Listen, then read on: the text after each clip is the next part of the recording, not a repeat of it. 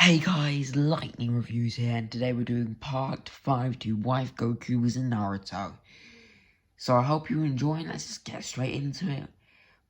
It's Chapter 6, The Demon Brothers. Sasuke was slammed into the ground. The clouds darkened over the field of prestigious green grass. Serves you right, Sasuke. Ramen is the best food, Naruto exclaimed as he chuckled. Sasuke's body turned into one of those training dummies. Wait, what? Naruto's said eyes wide as realization dawned on the blonde shinobi. He felt the cold edge of a kunai right next to his throat. It doesn't matter how strong or fast you are. You're such an idiot, Naruto. Sasuke said as he stretched out Naruto's name as a taunt. Naruto growled. Sasuke chuckled to himself. Go, Sasuke! Goku shouted from the sidelines.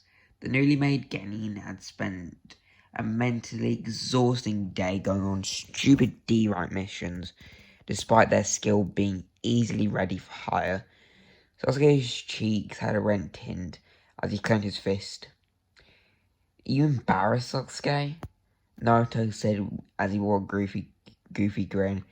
He felt the kuno's sharp edge go deeper in his throat.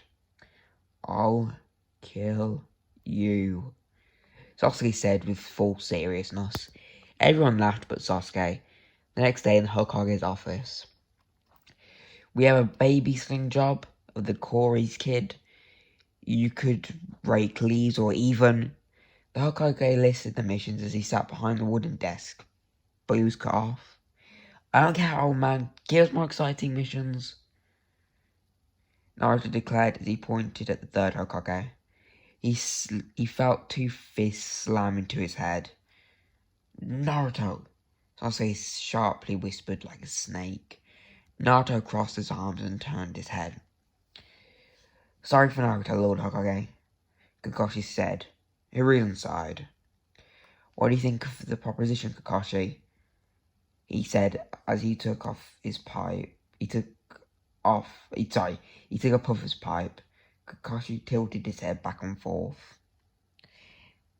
They're physically ready easily. Mentally, I think they've got a good shot, Kakashi said as he stopped rotating his head. Very well then, bring in the bridge builder. He used hand signs to signal the Yonbu.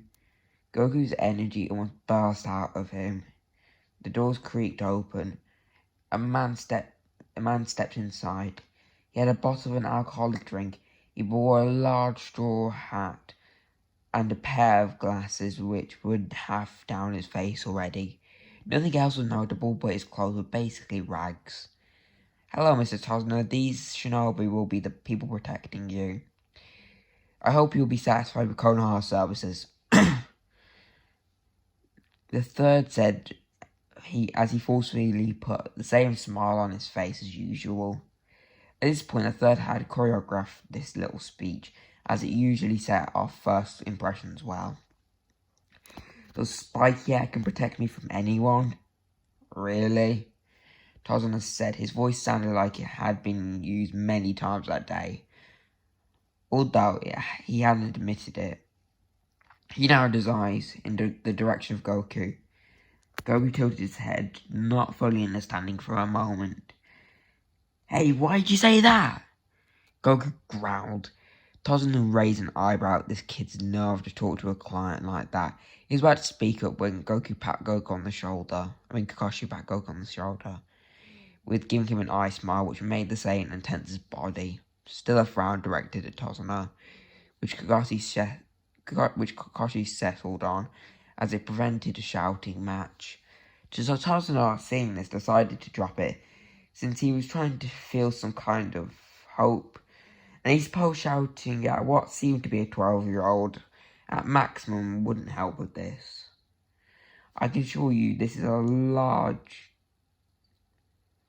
by large one of the best Genin teams in Konoha, so there's nothing to worry about, Kakashi said, attempting to defuse the situation.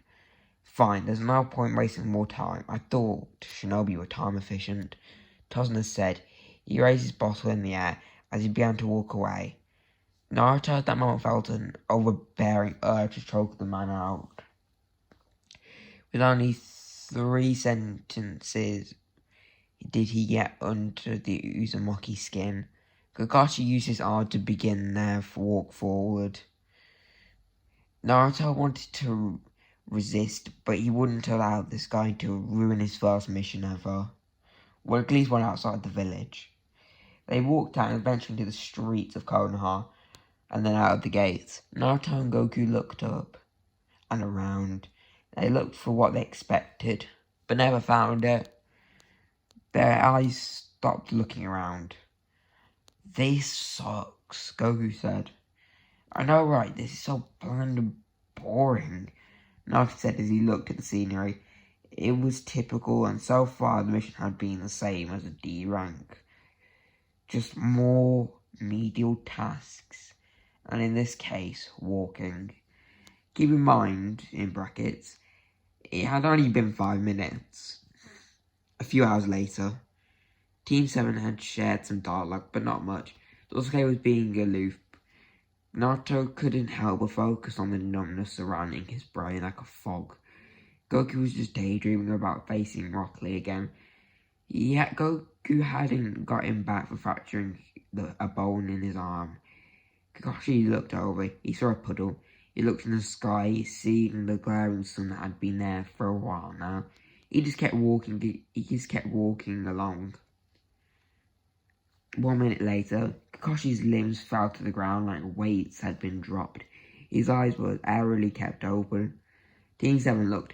Their 3 eyes widened. Sasuke's narrowed in the opposite direction after a minute. They saw 2 hunched figures with mid-length hair and massive claws with steel tails attached, and they wore camouflage cloaks.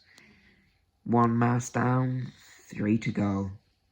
One said elated at their first kill. They thrust their arms forward, sending their chains to rip apart the kids. "Goku!" Sasuke whispered to not alert the enemies of the Saiyan's importance. "On it!" Goku responded. He flashed signs, and then a giant wall of mud surrounding them. The chains crashed into it. The ninjas then subtracted the chains.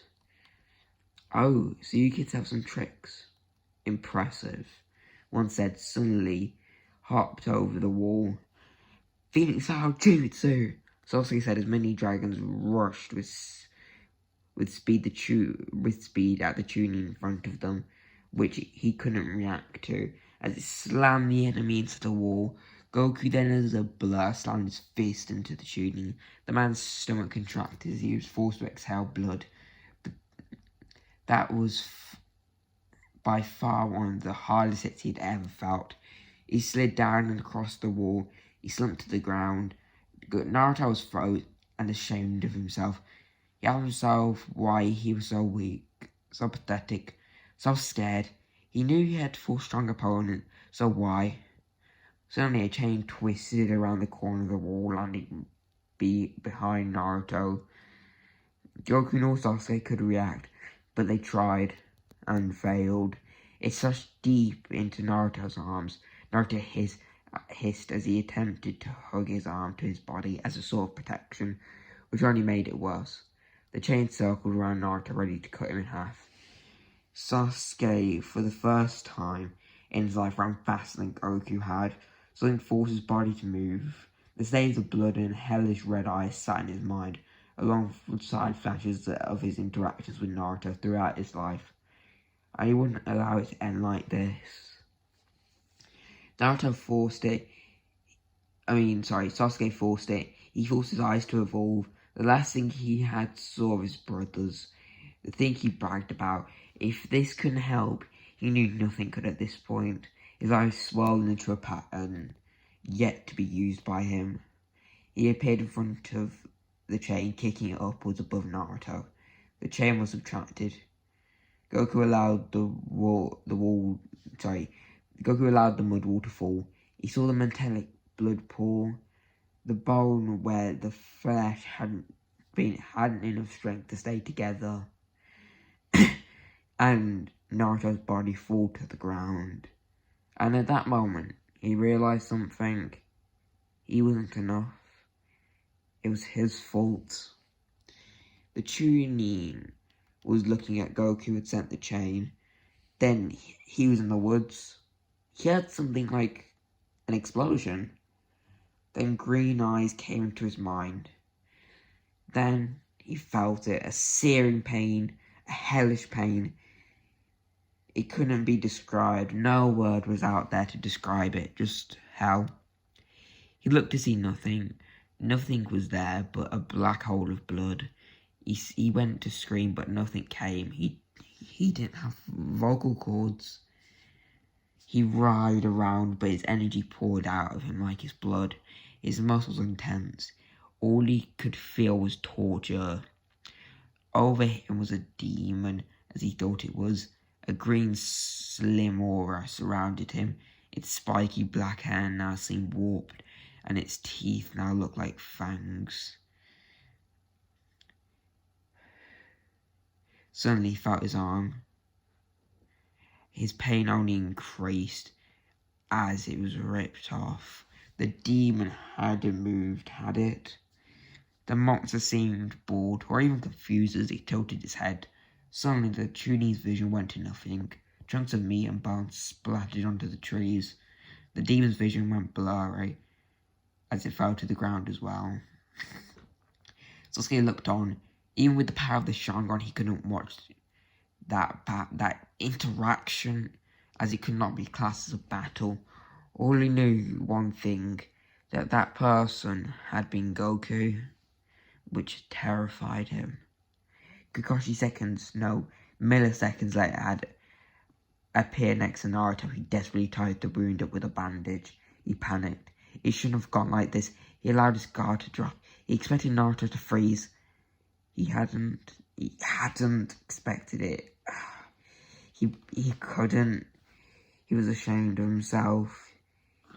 He couldn't believe that he had not validly assessed one of his companion's abilities. I'm sorry, Obito. Rin, Minato-sensei, I've learned nothing from your deaths. I'm so sorry. That's the end of chapter 6. Hope you liked it. How would you rate it? What do you think of it? Please tell me in the comments. Also, I need to go over a bit just before I end this video off. I want to go a bit over power scaling because this chapter didn't make too much sense if you don't look at it too much. Because it doesn't exactly make sense, because these are the stronger versions of the characters in the original canon. Like, there's a stronger version of Sasuke, stronger version of Naruto, and Goku scales, at least in physical stats, of both of them. So why couldn't they beat these guys? It says that they couldn't. Pick any one of the members and put them into a room with these two demon brothers. They would stomp them out. The reason why Goku and Sasuke fought together was one, because one of them rushed them, meaning that it kind of kept them in their secluded corner, and two, they were so in sync that it came naturally to them. Also, you can't react to something you don't really expect. Also, at that moment, Sasuke hadn't unlocked his Sharingan, meaning he didn't have that much of reaction speed. He could run faster than the chain could run. By that time, it had already gone past it by the time he reacted, since he was already shocked, since it made him shocked and stuff. And Naruto was frozen, and really, if he stands still, I mean, bad things happen. Let's say with Madara, if Madara just stood still while the 5 Kage had tried to seal him, he'd have been sealed, at least eventually, of course, because Madara is Madara. But we saw that the 5 Kage at one point in a battle was pushing him, and if he just stood there and just stood there, maybe put his perfect Susanoo up, eventually they would have broke through it and sealed him. It doesn't matter how strong you are if you allow the attack to hit you. So that's why Naruto couldn't do it. Anyways, this chapter was way more gory than my others. It was more just because I thought this chapter would be way cooler. Honestly, I don't have an idea what I'm going to do next with this story, because there's a lot of things that could possibly potentially happen here. Also, I just want to go a bit deeper into Goku's character, expose his flaws, what makes Goku imperfect. Because Goku isn't perfect character. He isn't a perfect character. I don't want to portray him as a Mary Sue in this, because that would just be boring and stupid. And I just thought this chapter would be good to start exposing his flaws. If you notice what flaw I was trying to convey, which you, on 99% case, won't be able to notice, because I didn't make it like 250,000% obvious to literally anybody. You probably won't. That's not an insult or anything. That's just like, I'm not trying to, like, in this chapter I wasn't trying to fully expose it. So anything I would probably hear would just be a guess, but I still want to see what you guys think about it. Anyways, see ya. Bye.